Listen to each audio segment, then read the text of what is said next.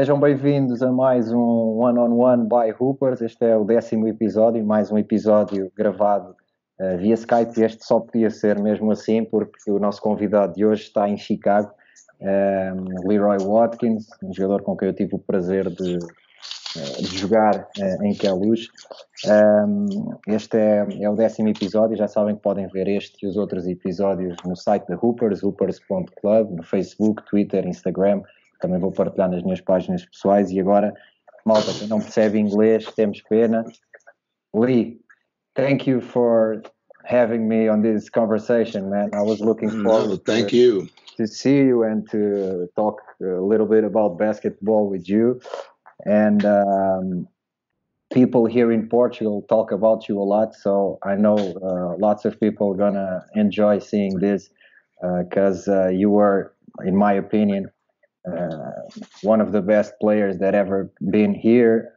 For sure, the most dominant big man that has ever played here in Portugal. So people remember you because of that, and not only because of that, because I know, in my opinion, you're a cool guy too. We had some fun while we had a lot of fun.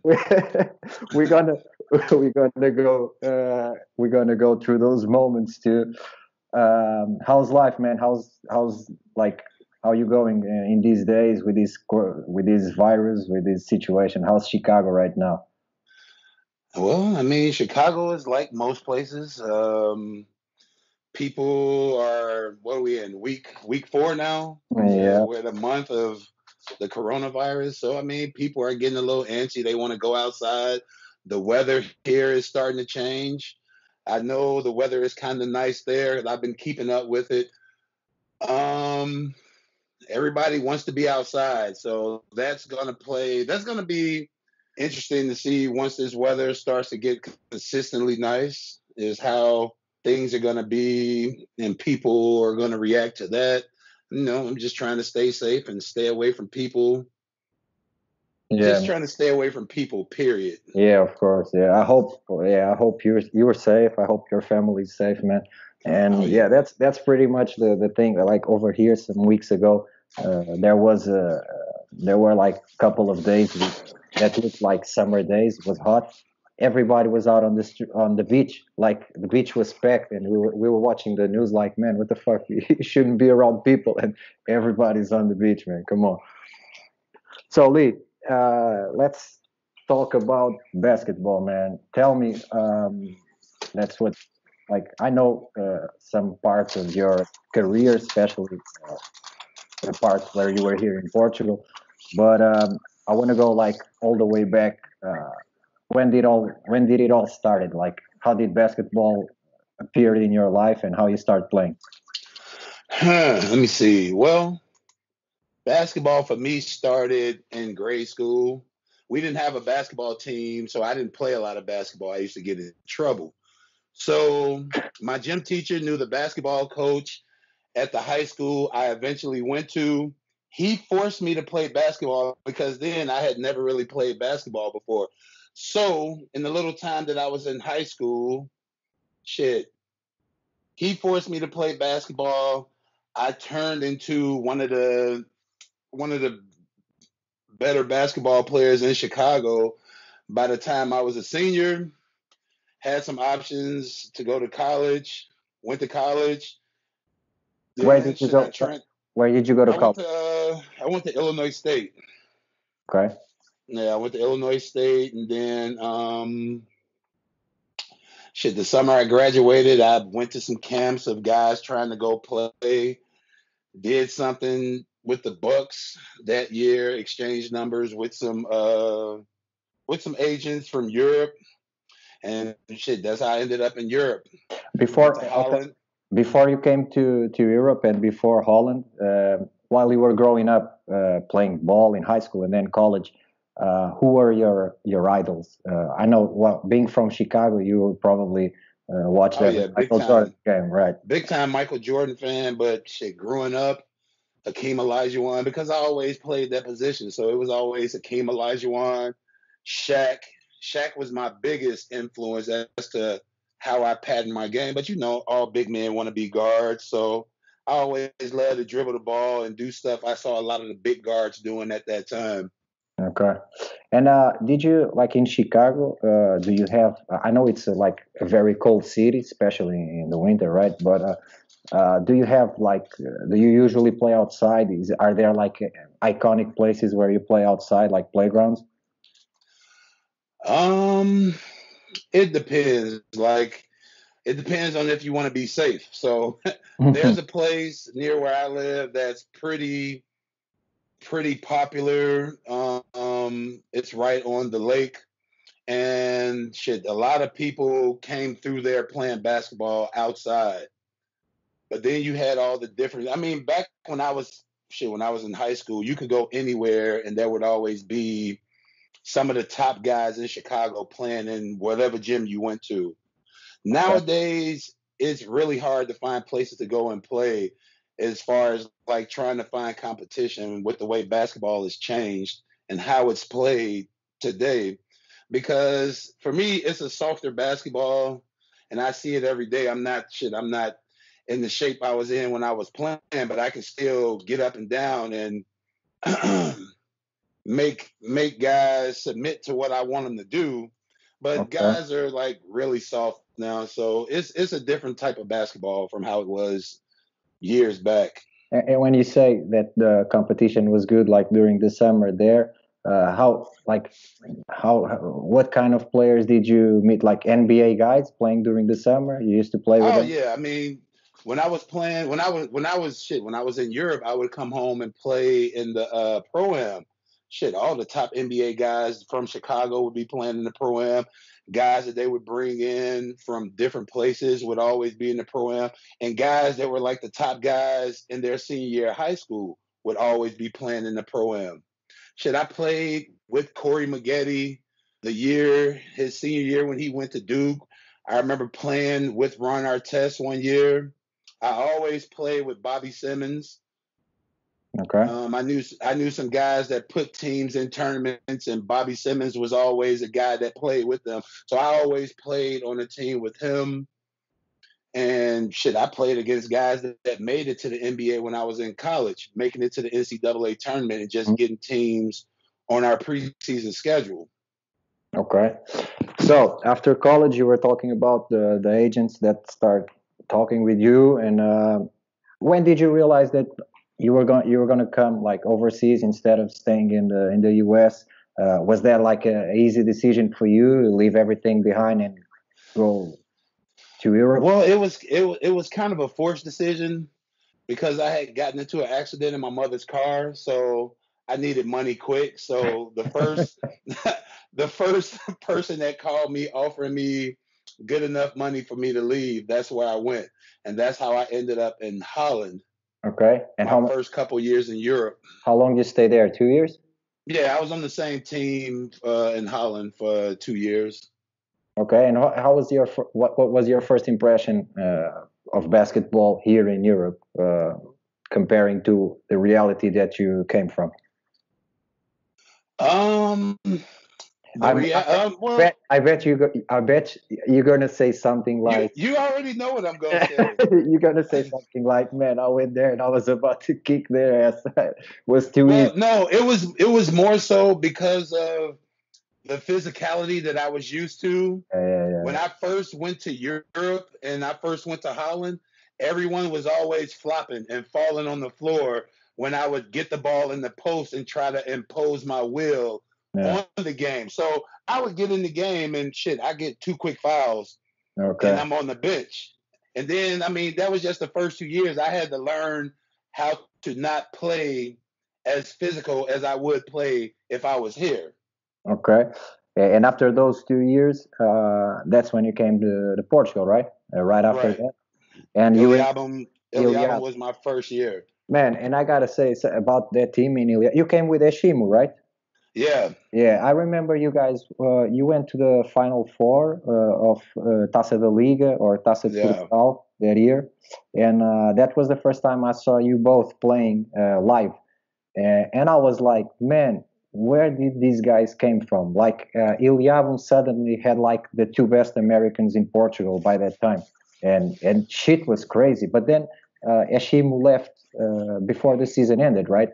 Yeah, he left. He left towards the end. I think I forget where he went, but he was a different type of guy anyway. So he. I think the conditions for him from where he came from. Well, I can't even speak for him, but I mean, I just think he liked things a lot faster, like the way Lisbon was, as Okay. far as like as close to being to New York as possible, because I think that's where he's from. He's from Yeah, New he's from York, New York. so Yeah. yeah. So I think Lisbon was as close to New York. Okay. You know what I mean? So, but So, I mean, that first year, it was a lot of fun playing in man, Iliabum. your team was fun to watch that year. Yeah, that team in Iliab. And how did you like to spend time there in Iliab? Because I know I've been there too. I played there 1 year, and people there they love basketball. Like the gym is not huge, but it gets like really crowded, and the environment in the gym is nice to play, right? Oh yeah, man. They love basketball at Iliabum. Our games were always full. We always had a lot of people cheering us on. And I mean, shit, I hung out just like everybody else. The same thing we used to do Yeah. when you played with me. So, and all the Americans that were playing at that time were cool because you had Herman Austin and those guys Yeah, playing in yeah. Aveiro. And I've heard, And yeah. you had Chris Hill playing in Porto. So, I mean, you had guys that you can go and hang out with and still have a good time. And all the Portuguese guys that I played with were all great guys. All right. So, and how was your first impression about the competition here in Portugal? Because there were some good teams by that time. Yeah, there were some really good teams. There, Porto was really good. When I first got to Portugal, the competition was really good. And And I after that, think that first year, towards the end of the season, Adrian Laborda, he got hurt, and that really kind of tipped the scale for a lot of teams that we were playing against because he was an intricate part to what we did. hmm and after that year, you went to Portugal Telecom, right? Yeah, And yeah, that's like a different reality. Like it's a team that was built to win, right? yeah. They had a bunch of guys who were all focused on one goal, and that was to be in the championship at the end of the season. Yeah. What was that? That team was the with the Marcus Norris and all that, or was Yeah, Marcus Norris, Jean Jacques, Flavio. Yeah, yeah, we had a lot of cool guys on that team too. yeah, Paul that team. Acuna. And how many years you spent in Portugal Telecom? Uh, shit, how many years? See, two in Benfica, two. See, Iliabum, two in Toulouse, two in Benfica. That's five. Portugal Telecom is six. And Iliavon 7. That's it. Did I play 2 or 3 years in no, I only played 1 year in Iliabum. Yeah, Iliavon was 1 year. Yeah, I remember that. But Telecom, I don't remember if it was one or if it was two. I'm not sure though. I think I was only 1 year with Luis Magallanes. And you win the championship there? No, Yeah, we you won did. a championship in Portugal Telecom. Oh, and then okay, One in Toulouse, one in Portugal Telecom. after Telecom, you went to Queluz. That first year in Queluz when you won the championship, I think that was a special year for you guys, and I already spoke with some of the guys from that team here on this podcast on One on One, and these well, Carlos Andrade and Miguel Miranda, they told me that that was like the best team that they ever played in, because they said like the everybody was focused on one goal and everybody was going like on the same page, and they say they had like a lot of fun playing on that year on that team. Do you feel the same? Oh man, that those years in Toulouse, those were some fun years because everybody liked each other on that team, on those teams. And I mean, we all had fun on and off the court. Practice was fun. And I mean, it was just a good time. Shit, that's why we are all still in contact to this day.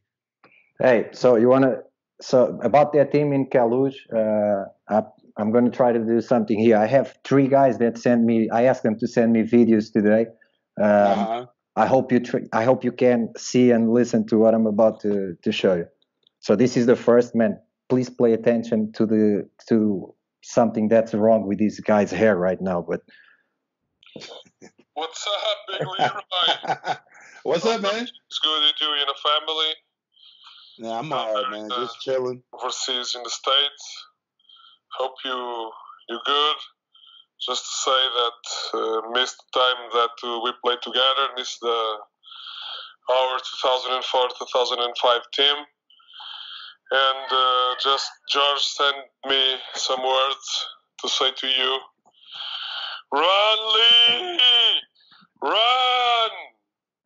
And now you can tell what you say to George when he say you these words. Love you, bro. So Miguel sent me this video today, and he said, "Coach, our assistant coach George used to tell you this: run, Lee, run, Lee." So what do you used to say back to him? Probably where nobody can hear it. Shut the fuck up and leave me alone. So hey, what about? We're still talking about the first year, but I play with you and Miguel the second year, and I realized that Miguel was probably one of the smartest guys I've ever seen inside a basketball court. How was for you to play the high-low with him? Because I know he didn't even have to look at you to give the ball to you. That shit was just easy buckets. I mean, the way our teams were set up is like we had somebody at every position that kept the defense honest. So it was easy to play with Miguel because they had to guard him. And when I got double teamed, I always had options to kick it out and knew that shit, somebody was going to get a good shot, or if not a good shot, a better shot, or the easiest shot that we could possibly get. And we all just had a lot of good chemistry. I think that was easy to play with you. That I realized like the next year was that you were not like a guy. You didn't play for your stats. You played to win, and no matter what the team needed, you were ready to give the team what they need. And most of the time, well, one-on-one, I think no one could stop you here in Portugal. And whenever they trap you, you would find somebody open easy because you were a good passer too, and that made like basketball easy to whoever was playing with you too, because you will find everybody who was open. Well, I mean, for me, I mean, just the people I used to watch that influenced the way I played basketball. I mean, for me, I feel as though, and I've always felt that I can pretty much score on most people that guard me. And if I can't score or if I get double teamed, I know that there's going to be somebody open. So it was always a situation to where that's what I'm saying. The chemistry that we had, it was like, shit, I either had people cutting to the basket or shooters on the wing, or I always had somebody to go to when I was in trouble. And guys, and they all made basketball easy for me. I have another video here from a guy. He sent me this today too. He used to play on that team too. What up, Lee? What's up, brother? Hey, long time no see, but hey, still all love. Wish we can see you sometime soon. Enjoy the show with our boy Miguel Barroca. I'm sure there's some stories going to be told. Hey, Lee, you better run, Lee. You know what this is. Hey, man, you're the most dominant big man I ever played with. A great teammate and a great friend. And like I said, I mean, I wish I could see you soon. Okay? All love. Lex, another guy. My man Lex. Team. A guy that didn't start the season on the team, but then he ended up signing. Hey man, hey Lex worked his ass off. Yeah, I didn't. That year, he worked his ass off to earn his place on that team. Yeah, I heard something about like in the beginning he didn't even dress in your locker room until he really like got signed to the team, right? Yeah, man. Lex was a hard worker, and he put in a lot of work to get on the team. Lex, I love playing with Lex. Yeah, and everybody got along, and it was just a fun time. That's why I miss Portugal so much, amongst other things. Talking about working hard, there's another guy here that sent a video today. Let me see. Yeah. What up, Leroy, my brother from another mother? Get loose, baby. Just give you a shout out, man. I know you're going to be at Barroca's interview today by Hoopers. It's a great platform for us, man, to develop our sport.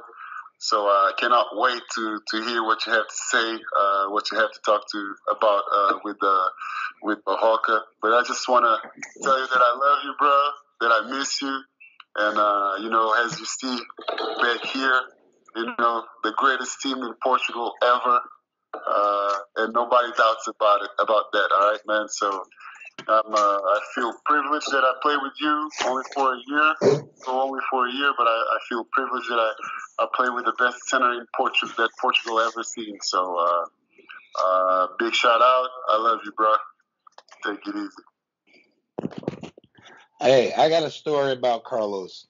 When he first came back to Portugal and he was playing for Porto, yeah, I wanted to fucking kill Carlos because he talked just as much shit as I did, and because he played basketball in the States, when he came back to Portugal, he brought the level of physicality that a lot of guys on the wing was not used to. Yeah. Then on top of him punking a lot of dudes on our team, he talked just as much shit as me. And then when he played with me, I was like, oh yeah, we gonna lock some motherfuckers up on defense. Man, yeah, your team that year, we usually say that offense wins games, defense wins championships, and what you did that year was that case, because you guys on defense were awesome, starting with Chico at the point guard, then Carlos, you, everybody was committed to defense, right? Oh yeah, man. Everybody had the attitude that you're not gonna beat me. And like my mentality has always been, shit, I'll foul out before I let anybody bust my ass. Yeah. Or I'll try to figure out the best way of locking you up. Yeah, and that was pretty much the mentality that I found like on the next year when I got to that team too, because like for me it was a whole different reality from where I was playing in Algiers during my whole life, and that was pretty much like my perception was like being outside was, okay, these guys play hard defense, but like they are awesome on offense too. But when I got there, I was like, man, first of all, these guys they want to play defense, and then offense we'll see from there, right? Oh yeah, man. Because I mean, the offense, the defense always led to us getting easy shots, and shit, everybody just played hard. I mean, I always tell people this all the time: you play hard. You don't have to be the most talented person, but if you play hard, shit, it's a lot of guys you will outplay. Some of the best, most talented guys you will outplay just by playing harder than them.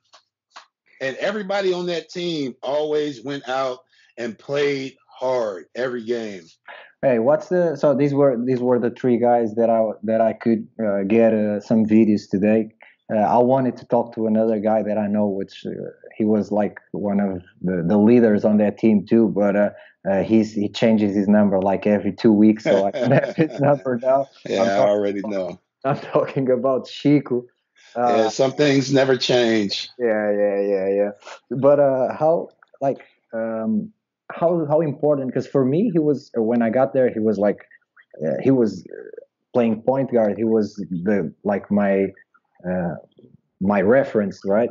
But for you, when you got to that team, you played with Chico before in Yeah, I yeah, played with Chico and Iliabum. but he was different. Like in Kalush, he was more like a leader, right? Well, his role was different in Keluge because there wasn't as much of a scoring load on Chico as it was in Iliabum. Okay.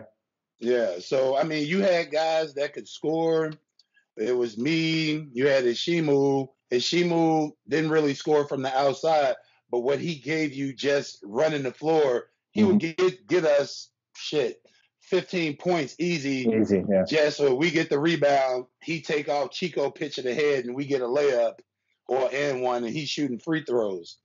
And I think more in Iliabum, Chico, there was a more burden on him to score more. Okay. Yeah, and in Keluge, he didn't have to because we had guys that could create for other people and just get each other easy shots. Okay. Yeah, we thought you had man that year you had Tomas Rodriguez playing great. Yeah, and Tomas he could create for everybody. Yeah, Armando coming off the bench and had a great season too before he went to Angola. So that year, y'all end up winning the cup and the championship. People still say that Felipe Gomes needed help to lift the Portuguese cup because he was not strong enough to lift the cup after you win it. Did you like? When did you realize during that season that it was possible to win everything? Was it right from the beginning? With that team, man, I mean, we spent a lot of time together. Those 3 years, I thought we should have won every year that I was there in Keluge with the teams that we had. But it doesn't always end up that way. But I mean, like I said, we all just had like really good chemistry on and off the court. Everybody hung out. We used to sit and play PlayStation all the time with each other. So I mean, it's always good when guys actually like each other. And like you said earlier, no one was out playing for self. Everybody was just playing to make each other better and win. Yeah. So that year, y'all won everything. Next year, that was the time I joined the team, and I don't know if you realize how important you were for me getting into that team.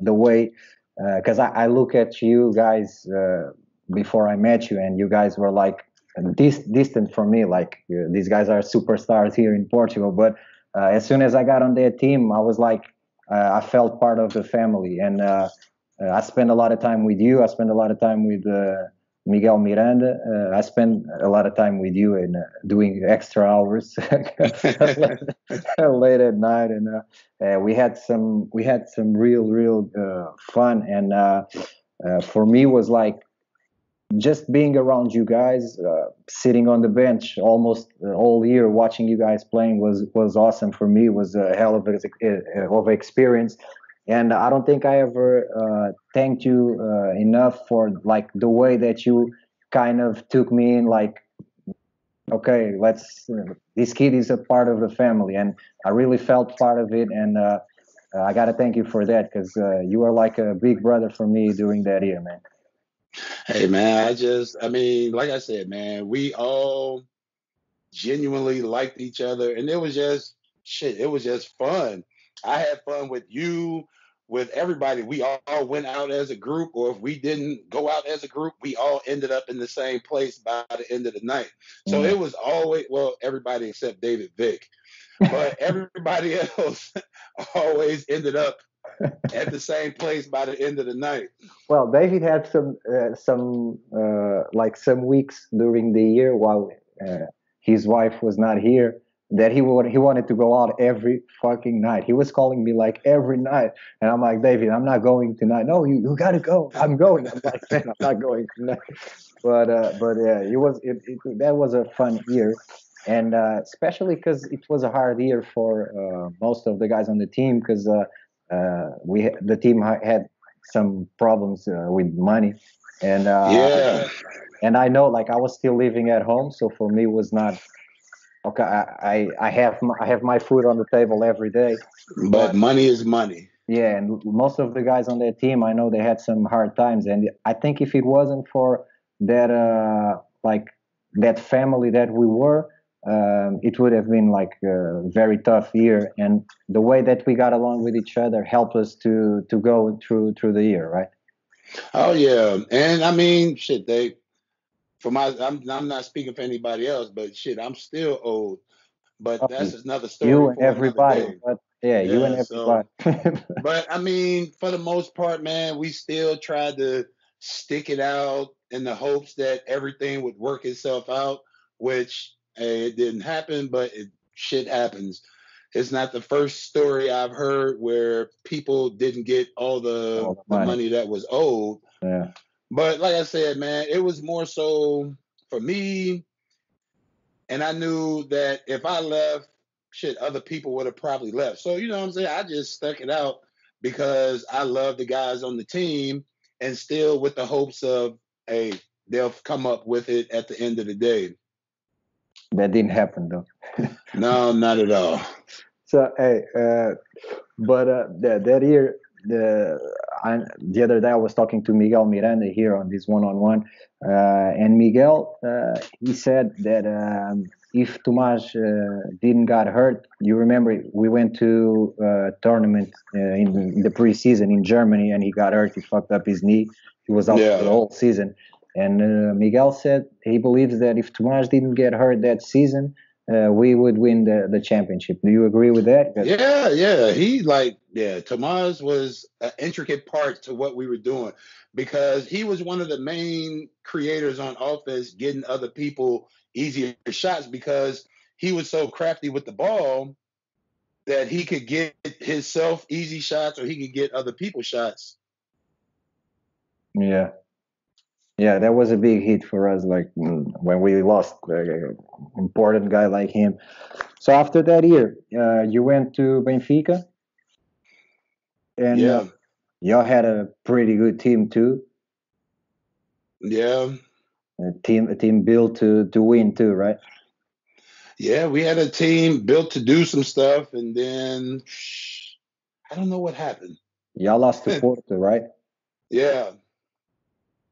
Y'all have like 10 Americans on that team. I remember Arnett saying something about, I think it was Arnett. He was on that team already. He was like Yeah. one of the kids on the team. Yeah. I remember him saying that, like, there was a part of the year that you guys get into the locker room and there was a new guy just sitting there, ready to. Yeah. Man, what the fuck? Who's this guy? Yeah. I mean, you know how it is, man. And if things aren't going right, then it's like, okay, let's get somebody else in here and see what else happens. Because we had some good guys. We had Ashanti. Yeah, Ashanti was a beast. Corey Corey Benjamin, he was Benjamin. Yeah. there for like a short time, and then he left. You have some good Portuguese players too. Yeah. We had some good young guys. Yeah, and that was the year that Benfica had some stuff too with the federation. I don't even know exactly what happened. And the next year, you playing in the Pro Liga, like second division. Yeah. How was it for you? Like, you had a contract with Benfica, right? That's what. Yeah, that was the second year. Yeah, and how, like, suddenly a player like with your history in Portugal, with your skills, and by the time you are not even old, you were still good to go. So what did you feel by that time? Was like, okay, I'm going to stay here, get this money, end up the contract, and then leave, or what was the feeling to go to the second division? Shit, still with the mindset of winning the championship. Okay. I mean, because we didn't really have a winning. I end up winning the championship. Yeah, so I mean, we didn't really have a choice with the whole dropping down. Shit, the second year when we dropped down, that was still my mindset to win a championship. Then what happened with me happened. Then I couldn't play anymore, and then the championship kind of went out the window. Yeah, I don't want to spend too much time talking about that shit, but I just want to ask you: are you good? Like since that day? Oh yeah, man, I've been good since I left Portugal. Well, I remember visiting you in the hospital. I came from Torres Vedras that night. I was playing in Física, and I went to see you in the hospital, and you were already good. You were ready to go. Dude, I just wanted to get out of the hospital and get back on the court. But I mean, everyone had come up with their own conclusions as to what happened to me. I had people saying, "Oh, I thought you were in a coma, and I thought you had a heart attack," and it's just like, no, none of that is true. But nobody ever asked me what happened. Everybody just made their own assumptions as to what happened. But do you want to say what really happened? Well, they said I had a brain aneurysm. Okay. Everything that happened in my brain. Nothing to do with my heart. Okay. Yeah. And after that, you end up playing again, right? Because you played in Angola after that. Yeah, I went to Angola after that. How long you stayed in Angola? Well, there was a lot of stuff going on with the coach that was the coaching that team, because I was supposed to go on this date. Then something happened and I didn't end up going until close to like that new year, to almost 2000, the end of 2009 almost. Because I was here just working out, trying to just stay in shape until it was time for me to go. But something kept happening that kept pushing the date for me to leave further and further back. Okay. But I finally ended up there. How was that experience there? Angola was different. A lot different than some of the places I had been in Europe. I mean, it was like a culture shock, because it's just like a country that's on the rise as far as like construction, building. It's like there's a lot of like dirt roads. You still driving on dirt roads. It just was a culture shock for me. And because of that, and the coach was killing us with practices and running 3.5 hours a day, I almost went back home. But man, I stuck it out. Once I got in shape, Angola turned out to be a fun place, and I was supposed to go back that next year. The coach was saying he was going to be the coach of this team. That didn't happen, so I ended up not going back to Angola. Okay, and then you ended your career, right? Or after that, that was it. No, that was it. I was hopeful to try to go back to Portugal. I know Miguel had mentioned, we had spoken about trying to get me back over there to play when he was in I want to say Ovar. Yeah, I think he was in Ovar, and I think the American there had died at halftime or something like that. Yeah, that was it was they had he was actually a point guard, I think. Point guard or shooting guard or something like that. Yeah, or shooting guard. We were playing a preseason tournament, like Taça Hugo dos Santos or whatever the name is, and by halftime we were going to play after them, but by halftime he just passed. It was crazy shit. Yeah, and then when I heard that, I told Miguel, I was like, any chances of me going back to Portugal to play probably just went out the window with that situation. Yeah, because everybody was scared. Because they didn't know exactly what happened to you, and so they were scared to sign you. And nobody, like, do you feel that like people kind of do you feel like that was unfair? I mean, you gave a lot to basketball in Portugal, and by the time that people, instead of like bring you back and try to find out really what happened, kind of like okay, he's not good, so without even trying to find out the truth about what happened to you. Yeah, I mean that was the whole reasoning behind a part of the reason for me going to Angola, because I just wanted to show people that I was okay, that I could still play basketball, that I wasn't gonna get out on the basketball court and drop dead or anything like that. And that was part of the whole reasoning to go there, because I was hopeful to go back to Portugal to try to play. I would have never left. Probably would have never left Portugal had that not happened to me. Yeah, I know that there are a lot of clubs here in Portugal that closed after you leave. Yeah. I mean, Musulu closed, Doc. Yeah, I was heartbroken to hear about that. No, they're all closing because their favorite guy is not here anymore. So, so Lee, and life after basketball, are you still related to the game by any like coaching or something?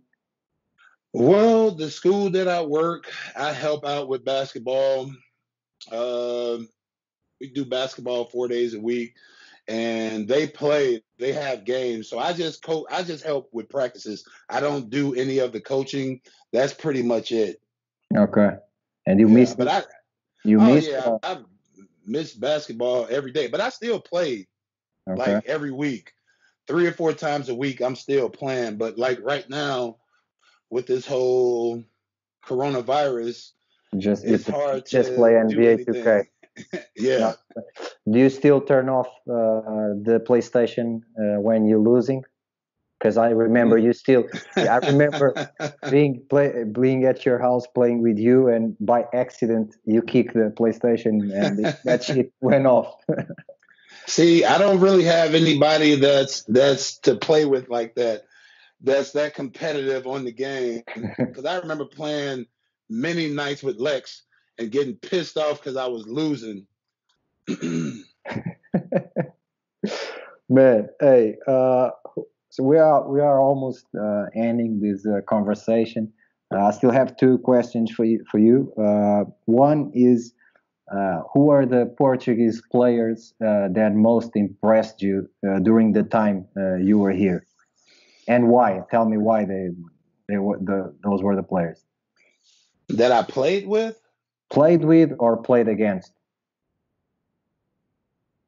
Mm, I mean, anybody that played with me, shit, I was pretty impressed by. Like Miguel, like you said, Miguel is one of the smartest dudes. Not the most athletic, but he No, could no, make sure he could put the ball in the basket. And you got to be crafty to put the ball in the basket with the level of athleticism that he possessed. and And and then, and without dribbling with the left hand. yeah.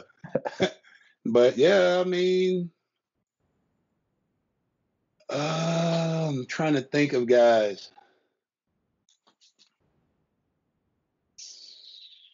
João Santos. Who else? Who else did I like? I like playing against those Oliveirense teams. Okay. Yeah, those guys. Um, Well, you already said Carlos Andrade before. yeah, man. Conversation. Yeah. Carlos used to bring it, man. Every time we played. Man, he was still bringing that energy at 40 years old, man. Yeah. Looking like a Antonio 20-year-old kid.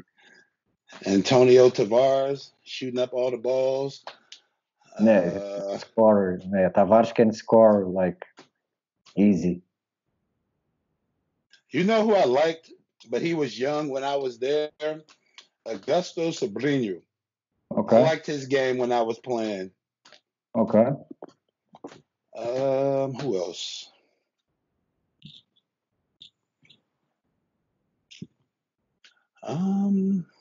Shit, man, I'm drawing a blank.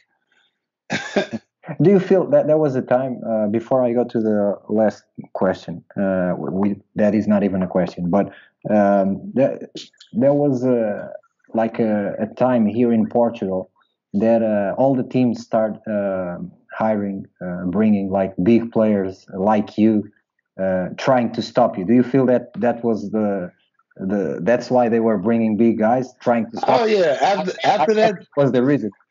After that first year in Iliabum, yeah, you always started seeing teams with like guys that they would try to match guys up with me. Yeah. As I remember, Cobb had Damon Hill. He was big as fuck.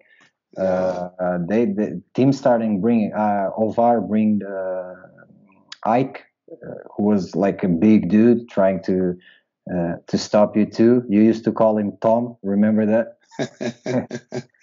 Turnover machine. Yeah, that was fun playing against them because shit, you could get in his head easy. But was a nice guy, but shit, he just used to get frustrated trying to guard me. Hey Lee, we're about to end this. Every Right. I always end this conversation the same way. Is asking you. I hope that I have some kids listening to this, kids that are starting to play the game. What's the like? Do you have any kind of advice to somebody who's starting to play the game now? Always welcome the knowledge of basketball from people that have played, because it's always something that you can add on to your game to work on individually. Because when I was in college, shit, I was always told not to do this and not to do that. So it was always stuff that I worked on. Shit. And when I got to Europe, my game blossomed into a lot of different stuff opened up for me when I stopped listening to people and stop letting people tell me not to do this and not to do that. But I mean, just take what people say with a grain of salt. Practice, practice, practice every day. It's just, I mean, with the way the game has changed, you just gotta practice to make your game better, because there's always somebody better than you. All right, man. Hey, it was great having this conversation with you, man. I miss talking with you. I don't even remember Man. the last time we talked. I hope we stay in touch. And I hope you stay safe, man. You and your family. Oh, yeah, you too, man. Tough days. And, man, let's keep in touch, all right? Oh, yeah, most definitely. Malta, já sabem, este foi mais um One-on-One by Hoopers com Leroy Watkins, jogador mais dominante de sempre a jogar em Portugal. Já sabem, podem ver este e os outros episódios no site da Hoopers, hoopers.club, no Facebook, no Twitter, no Instagram da Hoopers. Eu também partilho nas minhas páginas. Lee, once again, man, thank you for this. No problem. Anytime. All right, man. Be safe. All right, man. You too.